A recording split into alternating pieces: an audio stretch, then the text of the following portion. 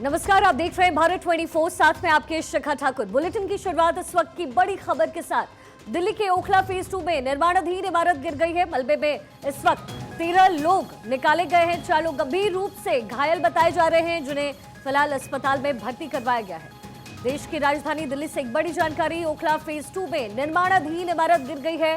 हालांकि मलबे में फंसे 13 लोगों को फिलहाल निकाला गया है, अस्पताल में इन्हें भर्ती करवाया गया, लेकिन ये तमाम लोग गंभीर रूप से घायल बताए जा रहे हैं और 4 की हालत बेहद गंभीर बताई जा रही है। फिलहाल अस्पताल में इनका इलाज किया जा रहा है और तस्वीरें भी हम आपको दिखा रहे हैं। ओखला फेज 2 की ये तस्वीर है, जहां पर निर्माणाधीन ये घर गिरता है, जिसके बाद 13 लोग इसकी जद में आते हैं। 4 लोग गंभीर रूप से घायल बताए जा रहे हैं। अस्पताल में फिलहाल इन्हें भर्ती करवाया गया है।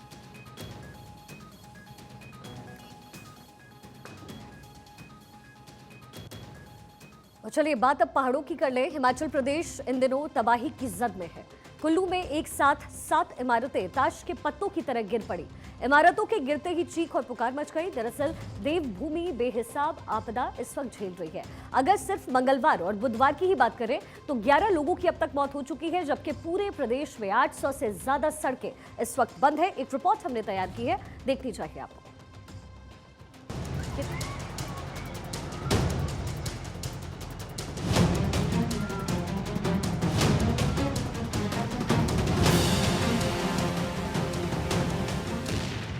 शिमला टू कुल्लू, तबाही रिटर्न्स।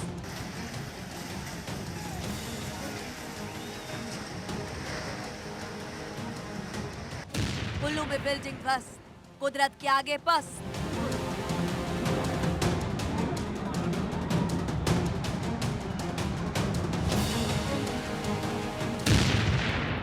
हिमाचल में ऐसी तबाही पहले कभी नहीं आई।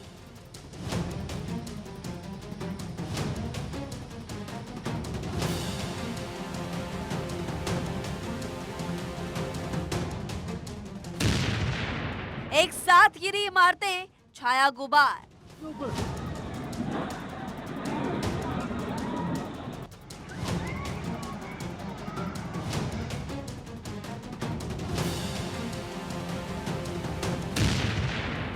शहर में सैलाब, मुश्किलें बेहिसाब।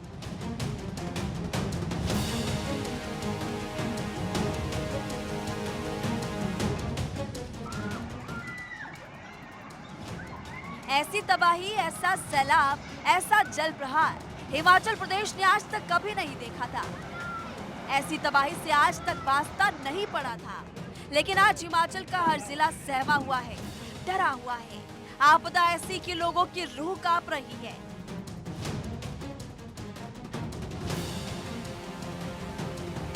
हिमाचल की जनता भयभीत है। कुछ नहीं पता कि आपदा कब कहां से आ जाए।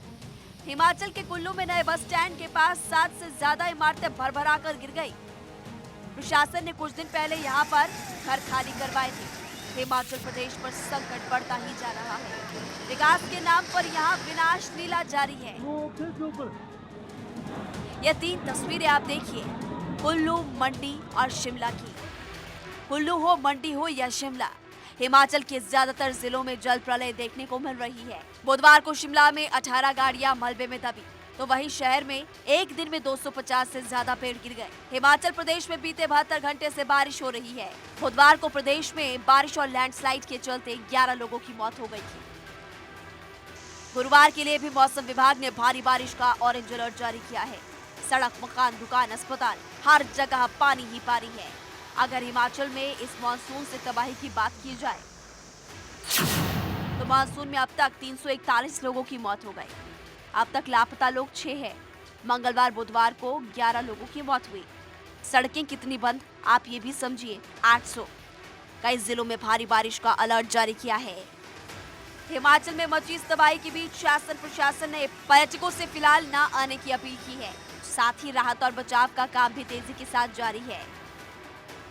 जी, मौसम तो 2 दिन से भारी बारिश चल रही है, कंटिन्यूटी में बारिश चल रही है। सभी लोग इससे प्रभावित हैं, सभी लोगों के ऊपर प्रभाव पड़ रहा है। ऑफिस जाना है तो आप देखिए जी, ऑफिस जा रहे हैं, लेट हो रहे हैं, शूज़ गिल्ले हो रहे हैं, कपड़े गिल्ले हो रहे हैं, जिससे स्वास्थ्य भी थोड़ा खराब चल रहा है। जिला प्रशासन ने अपनी तरफ से लोगों को अवगत कराया कि कम से कम लोग घर से बाहर निकलें। 2 दिन की उन्होंने स्कूल में छुट्टियां भी कर दी हैं, जिससे कि सभी लोग थोड़ा अलर्ट रहें। फिलहाल हिमाचल प्रदेश में हालात बेकाबू हैं और हर तरफ डर का माहौल है।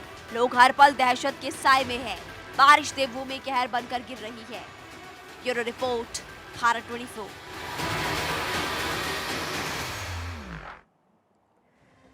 देखिए, पूर्व मुख्यमंत्री कमलनाथ के गढ़ छिंदवाड़ा में आज शिवराज सिंह चौहान ने मेगा शो दिखाया है।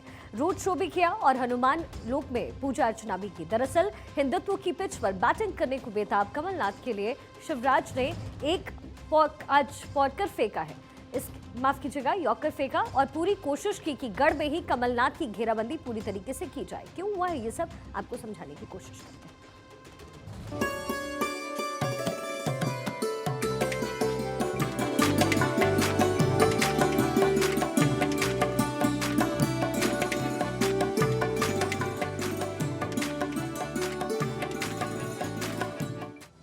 कमलनाथ का गढ़, शिवराज का सियासी आक्रमण।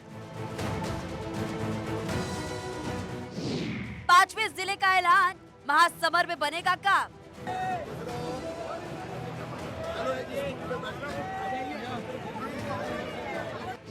बनेगा बजरंग बली का धाम, बीजेपी जीतेगी संग्राम।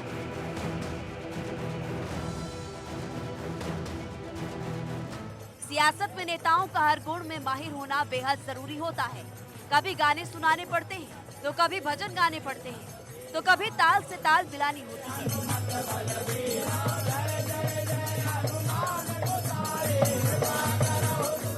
और मध्य प्रदेश के मामा यानी शिवराज सिंह चौहान हर कला में माहिर है। कब घोषणा करनी है, कब भजन करना है, ये शिवराज को बखूबी आता है। मौका था अपने सबसे बड़े सियासी दुश्मन के गढ़ में सेंधमारी करने का, तो शिवराज पूरी तैयारी के साथ पहुंचे। शिवराज ने छिंदवाड़ा में हनुमान लोक की स्थापना की बुनियाद रख दी। 26 एकड़ में बनने वाले इस हनुमान लोक के निर्माण में करीब 35 करोड़ 9 लाख रुपए खर्च होंगे। निर्माण के बाद हनुमान लोक कैसा दिखेगा, उसकी वीडियो भी शिवराज ने ट्विटर पर पोस्ट की।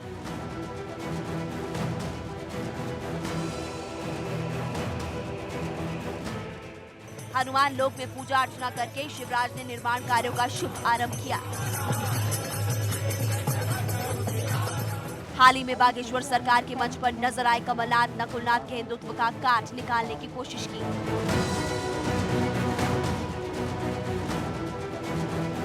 इसके साथ ही शिवराज ने मध्य प्रदेश में 5वें जिले के तौर पर पांढुर्णा को नया जिला बनाने की भी घोषणा की। छिंदवाड़ा में शिवराज सिंह अपने होनहार भांजे भांजियों के बीच भी नजर आए। भांजियों के सिर पर हाथ रखकर शिवराज ने उन्हें अपना आशीर्वाद भी दिया।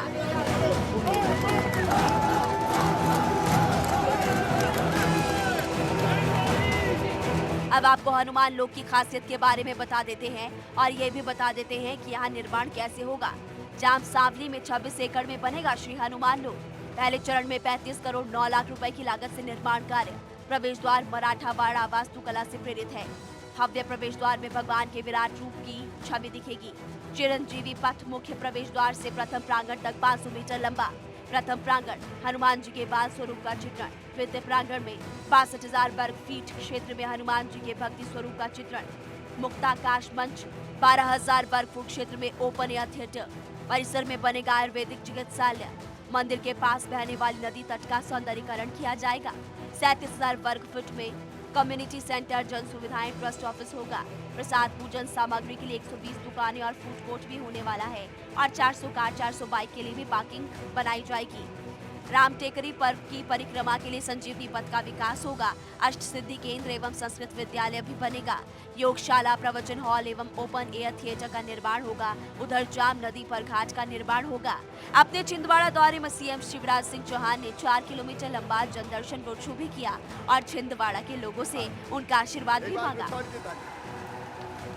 आज इस अवसर पर एक और विचार मन में आया है कि पांडुर्णा, सौसर और नागरवाड़ी इन तीनों तहसीलों को मिला के एक नया जिला बना दिया है। तो आज उसका प्रकट आपके सामने कर रहा हूँ। हनुमान जी की कृपा आप सब पर बरसे। संदेश साफ है, शिवराज सिंह चौहान कमलनाथ के गढ़ में ही उनकी घेराबंदी करना चाहते हैं और छिंदवाड़ा को सौगातें देकर वो बड़ी सेंधमारी की तैयारी में है। उधर ज्योतिरादित्य सिंधिया भी लगातार कांग्रेस के हिंदुत्व पर हमला बोल रहे हैं। अब देखना होगा कि मध्य प्रदेश की लड़ाई अभी और कितनी रोचक होती है। Bureau report, Bharat 24। चलिए अब खबरों में और आगे बढ़ते हुए देखिए, मुस्लिम वोटों के खिसकने के डर के बीच अखिलेश यादव ने एक नए सिरे से अब तैयारियां शुरू कर दी है। मुस्लिम वोटर्स को अपने पाले में करने के लिए अब अखिलेश ने शिवपाल यादव को जिम्मेदारी सौंप दी। 2024 के अखिलेश पीडीए फॉर्मूले के साथ MY समीकरण जो है उस पर भी फोकस रहेगा, यानी कि मुस्लिम और यादव जो समीकरण है अखिलेश का, उस पर खासा फोकस करना अब उन्होंने शुरू किया है। साथ ही बीजेपी के पसमानदा प्लान को भी फेल करने की पूरी तैयारी है। दिखाते हैं।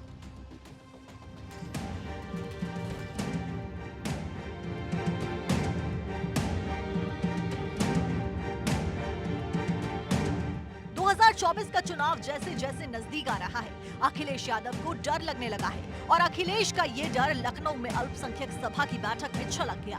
अखिलेश ने कहा कि वो लोग आरोप लगाते हैं कि मैं मुस्लिम परस्त हूँ और आप लोग कहते हैं कि हम आपके हैं कौन। अखिलेश ने पूछा कि बताइए कि वो कौन सा मौका था जब मैं मुस्लिम भाइयों के साथ में नहीं खड़ा हुआ। अखिलेश ने कहा कि मैं हर वक्त आजम खान जी के साथ में खड़ा रहा, लेकिन फिर ऐसे आरोप क्यों? सूत्रों के हवाले से दावा किया जा रहा है कि साल 2024 में उत्तर प्रदेश में सपा 50 सीटों पर और बाकी 30 सीटों पर इंडिया गठबंधन चुनाव लड़ेगा। मुस्लिमों के बीच में क्यों भावुक हो गए अखिलेश? क्या अखिलेश को सता रहा है वोट बैंक खिसकने का डर? इंडिया गठबंधन को उत्तर प्रदेश में 30 सीटें देंगे सपा प्रमुख। ओवैसी ने बढ़ा दी है सपा की चिंता। अखिलेश यादव को लगने लगा है कि उत्तर प्रदेश का मुस्लिम उनके साथ छोड़ रहा है। अखिलेश को महसूस होने लगा है कि बीजेपी का पसमानदा प्लान, ओवैसी की सक्रियता और कांग्रेस की कर्नाटक और हिमाचल जीत के बाद से मुस्लिम अखिलेश से अलग होकर इन तीनों में बट गया है, जिसे एकजुट करके वापस साइकिल पर लाना अखिलेश के लिए मुश्किल हो गया है। इसलिए अखिलेश ने लखनऊ में सपा अल्पसंख्यक सम्मेलन बुलाया और इसमें अखिलेश ने कहा कि वो लोग हमें मुसलमान परस्त कहते हैं और आप कहते हैं कि हम आपके हैं कौन। बताइए ऐसा कौन सा मौका था जब मैं आप लोगों के साथ में खड़ा नहीं हुआ। इस बैठक में आजम खान और शफीकुर रहमान वर्ग शामिल नहीं हुए। उत्तर प्रदेश में 50 सीटों पर चुनाव लड़ सकती है सपा। 30 सीटें इंडिया गठबंधन के हिस्से में। मुस्लिम वोटर्स को रिझाने में जुटी अखिलेश सरकार। 5 घंटे की बैठक में अल्पसंख्यक नेताओं से संवाद। अखिलेश ने याद दिलाई हर वक्त साथ रहने की बात। सपा कार्यकर्ताओं को जमीन पर उतरने का निर्देश। बीजेपी को हराने के लिए जुटने का निर्देश। रूठे नेताओं को मनाने में जुटे अखिलेश। यूपी में हुए निकाय चुनाव में मुस्लिम जिस तरह से सपा से नाराज नजर आया है, उसने अखिलेश की चिंताओं को बढ़ा दिया है। इसी वजह से ओबीसी और ठाकुर वोट के बाद अब अखिलेश ने मुस्लिमों पर फोकस करना शुरू कर दिया है, ताकि मिशन 2024 में वो ज्यादा से ज्यादा सीटें जीत सके। अब अखिलेश ने मुस्लिमों को अपने पाले में करने और भारतीय जनता पार्टी के पसमानदा प्लान को नाकाम करने के लिए अखिलेश ने शिवपाल को जिम्मेदारी दी। साथ ही इसके लिए रणनीति बनाने पर काम करना शुरू कर दिया है। इंडिया के बारे में अल्पसंख्यक समुदाय को बताएंगे, CAA और NRC की याद दिलाएंगे, पसमानदा मुसलमानों पर फोकस, मुस्लिमों पर हुए बुलडोजर एक्शन का प्रचार। अखिलेश को लगने लगा है कि उनका MY समीकरण गड़बड़ा गया है। मुस्लिमों की नाराजगी की वजह से ही अखिलेश को लगातार हार मिल रही है और सपा सुप्रीमो 2024 में कोई रिस्क नहीं लेना चाहते, इसलिए उन्होंने चाचा शिवपाल को आगे किया है। अब देखना होगा कि चाचा भतीजे की जोड़ी मुस्लिमों को अपने पाले में लाने में कितना कामयाब हो पाती है। Bureau report, Bharat 24।